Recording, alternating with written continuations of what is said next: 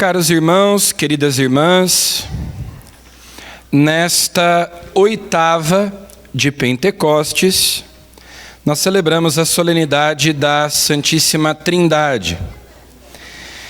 Embora atualmente não exista no calendário litúrgico a oitava de Pentecostes, como havia no passado, mas a solenidade da Santíssima Trindade é justamente um resquício dessa oitava. Até 1955, havia no calendário litúrgico 18 oitavas. Então, todas as solenidades mais importantes do ano tinham uma oitava, 8 dias que seguiam a solenidade e que eram comemorados, uma espécie de extensão por 8 dias daquela solenidade. O Papa Pio XII, em 1955, reduziu drasticamente o número dessas oitavas de 18 para 3. Natal, Páscoa e Pentecostes. Depois, com a reforma litúrgica que aconteceu após o Concílio Vaticano II, ali no final da década de 60, se suprimiu também a oitava de Pentecostes, de modo que hoje nós só temos a oitava do Natal e a oitava da Páscoa.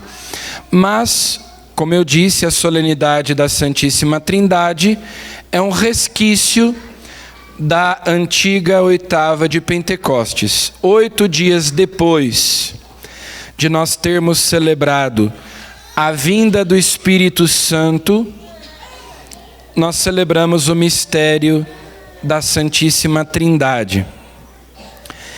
É isso porque Deus, enviando o seu Espírito, nos revelou o mistério de sua vida íntima.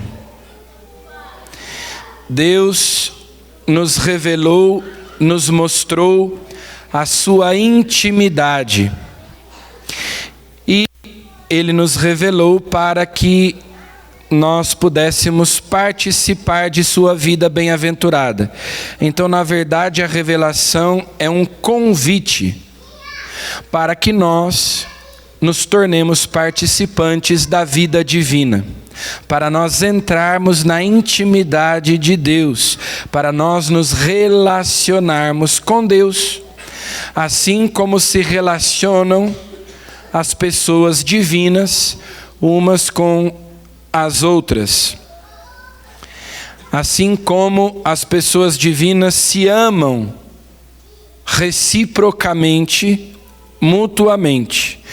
E nós então entramos nessa comunhão íntima de amor da Santíssima Trindade, porque o Espírito Santo nos foi dado, porque o amor de Deus foi derramado em nossos corações. Então vejam, quando nós dizemos que Deus se revelou, que Deus se mostrou, que Ele se deu a conhecer, e isso Ele fez progressivamente, pedagogicamente ao longo da história da salvação. Os povos antigos eram politeístas. Eles adoravam vários deuses.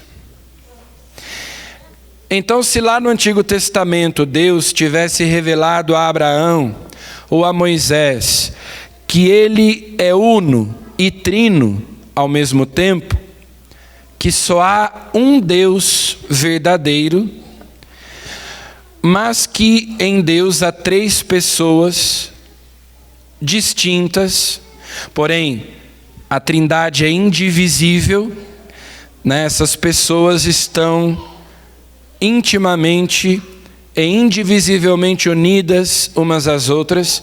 Então era provável que eles compreendessem que na verdade existem 3 deuses que devem ser adorados, porque eles estavam habituados ao politeísmo. Então, no Antigo Testamento, Deus se revela como Pai. Deus quer inculcar a unicidade divina, a monarquia divina, ou seja, um único princípio, um único Deus, uma única essência, uma única substância divina. Só há um Deus verdadeiro. Só chegada à plenitude dos tempos, então, quando o monoteísmo tinha se consolidado, eles tinham amadurecido a sua compreensão de Deus. Então, Deus envia ao mundo o seu Filho e depois envia o Espírito Santo. E assim se revela o mistério da Trindade para nós. A gente até pode dizer que o Antigo Testamento é o tempo do Pai. O Novo Testamento é o tempo do Filho. E o tempo da igreja, que começa em Pentecostes, é o tempo do Espírito Santo. Agora, nós sabemos que quando o Espírito Santo nos foi dado, por ocasião do nosso batismo, nós fomos incorporados a Cristo, nós recebemos o Espírito do Filho, e então nós fomos adotados para nos tornarmos filhos de Deus pela graça.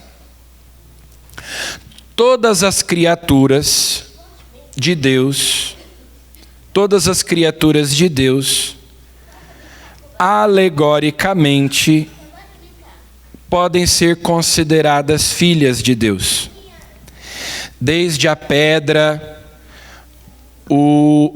a árvore, um animal, mas isso de maneira alegórica. Assim como a gente diz, por exemplo, que o sapato é filho do sapateiro, porque o sapateiro confeccionou o sapato, foi o sapateiro quem criou o sapato, então o sapateiro é pai do sapato. Mas é uma linguagem alegórica, é uma alegoria, é uma analogia.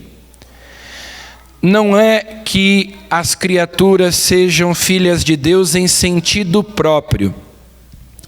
Em sentido próprio, Deus só tem um filho, o Filho único, o Filho unigênito, que é Jesus. Porque Ele é Deus, Ele tem a mesma natureza do Pai. Só Jesus é filho de Deus por natureza, porque Ele é Deus como o Pai.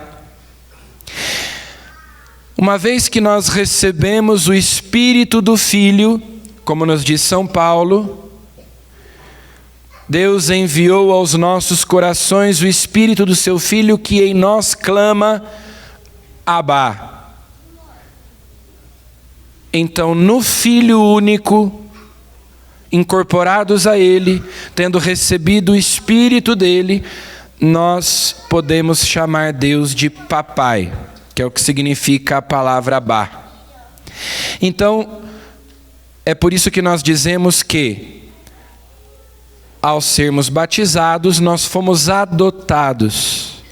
Nós recebemos o Espírito de adoção e nos tornamos filhos de Deus pela graça. Então, quando nós nascemos, nós somos filhos de Deus em sentido amplo, em sentido alegórico, em sentido figurado até nós poderíamos dizer. Como são filhos de Deus todas as criaturas dele.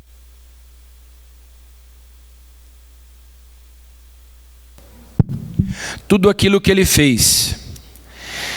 Jesus é o Filho de Deus por natureza. E nós nos tornamos filhos de Deus por graça, ao sermos batizados, porque incorporados a Cristo recebemos o Espírito dele, o Espírito Santo. Do mesmo modo, Deus está presente em toda a sua criação. A gente até diz que Deus é onipresente. Ou seja, Ele está presente em todos os lugares, em todas as suas criaturas.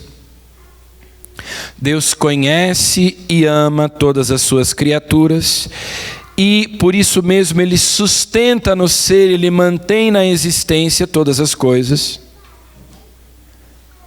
Porém, quando nós somos batizados e recebemos o Espírito Santo, o amor de Deus é derramado nos nossos corações, então Deus passa a habitar em nós como um amigo, porque o amor de Deus é derramado nos nossos corações e Ele nos dá a capacidade de amar Deus de volta, de corresponder ao seu amor por uma vida santa. O Espírito Santo é o santificador. Então Deus me ama, mas todo batizado em estado de graça, nele habita Deus como amigo, porque na amizade existe reciprocidade. E Deus então põe no nosso coração um amor com que nós podemos amá-lo de volta, com que nós podemos corresponder ao seu amor. Deus habita na alma de todos os seres humanos? Sim, mas habita naturalmente. Na alma dos batizados, Ele habita sobrenaturalmente, de um modo diferente. Habita na nossa alma, se nós estamos em estado de graça, como amigo. E mais até do que isso, é o espírito de filiação, é o espírito de adoção. Então, nós podemos chamar Deus de Pai, mais até do que de amigo. Nós podemos chamá-lo de Pai. É por isso que, tendo celebrado a Santíssima Trindade, tendo celebrado Pentecostes no último domingo, hoje nós celebramos o mistério da Trindade. Não tanto para nos demorarmos aqui em questões teológicas da Trindade em si mesma, mas a Trindade em nós. A Trindade que habita em nós. A Trindade que é Deus com quem nós nos relacionamos. Porque essa palavra pessoa, as pessoas divinas, e nós somos pessoas humanas. Pessoa tem a ver com relação. Quem é pessoa se relaciona. As pessoas divinas se relacionam umas com as outras. E se relacionam conosco. E nós somos pessoa. Então quer dizer que nós também temos a capacidade de nos relacionarmos com Deus. Como diz o catecismo lá no comecinho, o homem é capaz de Deus. Nós temos essa capacidade de conhecermos. Essa é a diferença. Nós temos a capacidade de conhecer que Deus nos ama, de saber e de então livremente decidirmos amá-lo e assim nos relacionarmos com Ele. Isso é algo que dentre todas as criaturas só os anjos e os homens podem se relacionar com Deus dessa maneira. Então, a nossa preocupação na celebração de hoje não é entrarmos em especulações teológicas a respeito da Trindade, que é um mistério inefável, né? É o maior mistério da nossa fé, porque é o mistério que diz respeito ao próprio Deus, à sua intimidade. Agora, Deus como que abre para nós a sua intimidade. Sabe aqueles programas em que o artista abre a casa dele, né? E daí o apresentador do programa vai lá, né, filmando e mostrando, olha, essa é a casa do artista tal. E aí vai mostrando a casa dele, né? E o telespectador sente que é como se ele estivesse entrando na casa e participando da intimidade, né? Então, quando você abre a sua casa para alguém, quando você recebe uma visita, de repente você conhece alguém há muito tempo, mas quando você recebe aquela pessoa em casa, você está abrindo a sua intimidade para ela. Ela está tendo acesso ao que há de mais íntimo. Quando Deus revela para nós o mistério da Trindade, Ele está revelando a sua intimidade para nós e nos convidando a participar dessa comunhão, dessa relação íntima, amorosa, que existe entre as pessoas divinas. A igreja nada mais é do que isso: um encontro entre pessoas humanas e divinas. A Santíssima Trindade, Pai e Filho e Espírito Santo, e nós, formando uma só família. Jesus prometeu para nós: quem me ama realmente, guardará a minha palavra, e meu Pai o amará. Traduzindo, o que significa isso, né? Quando nós obedecemos a Deus, se nós amamos a Deus, nós cumprimos os seus mandamentos, nós obedecemos a palavra de Deus. Quem me ama realmente guardará a minha palavra, e o meu Pai o amará. O Pai nos dá o seu Espírito, e a Ele nós iremos e faremos nele morada. É o mistério da inabitação da Trindade em nós.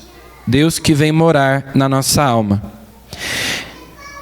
É por isso que, tendo celebrado Pentecostes, no último domingo, nós hoje celebramos a Santíssima Trindade.